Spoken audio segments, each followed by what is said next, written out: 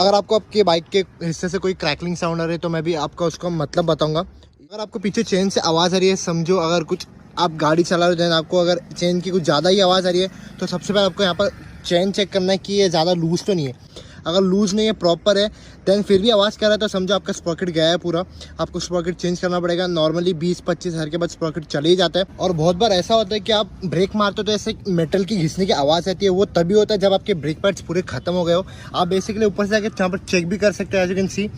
सो ये पैड्स होते हैं, अगर ये खत्म हो जाते हैं मतलब पूरे मतलब फिनिश हो जाते हैं तो बाइक में ब्रेक मारने का घिसने की, एक मेटल घिसने की आवाज़ आती है। इस तरीके की आवाज़ आती है। लाइक आप जब गाड़ी चला के आते हो, जब गाड़ी ठंडी होती है तो आपको एक इंजन से टक टक टक ऐसी आवाज़ आती है। वो इसलिए होता है बिकॉज आपके टेम्पर्ड के जो नट्स रहते हैं वो ढीले हो जाते हैं या फिर उनको रिप्लेस करने का टाइम आ जाता है। सो आप ऐसे टाइम पे आप गाड़ी को एजेंसी में लेके जाओ एंड उनको कहो कि हमारे टेम्पर्ड के नट या तो टाइट कर दो या तो रिप्लेस कर दो।